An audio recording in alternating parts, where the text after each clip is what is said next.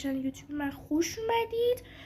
سابسکرایب کنید، لایک کنید. این بار منم با سلافی و دختر داریم. عکسش هم اینجا مشاهده میکنید.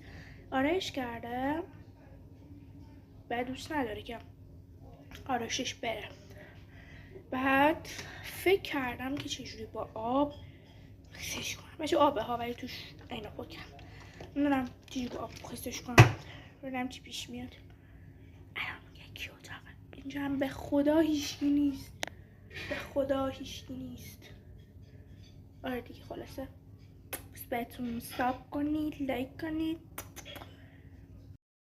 میخوام دوربینه یه جا مخفی کنم. نگران نشید خواهشم.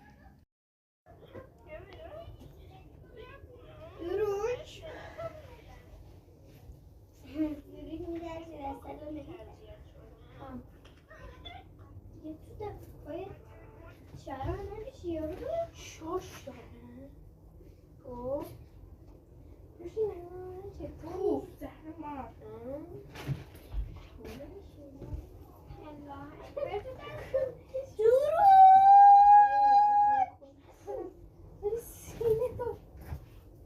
بفرستش بیرون یکم آدم شد. برو بیرون یکم آدم شد.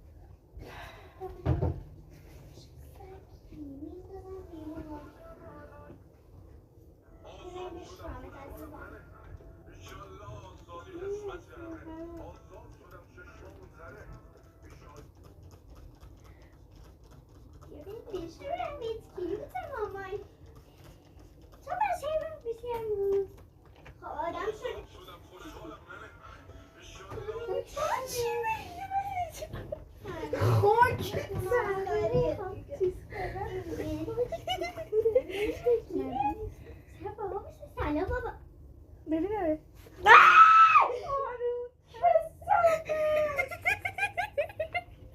بچه تلافیمو کردم. تلافیمو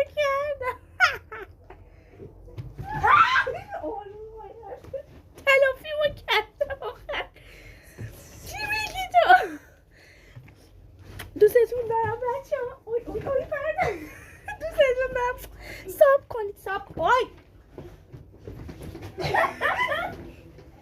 بسته دیگه.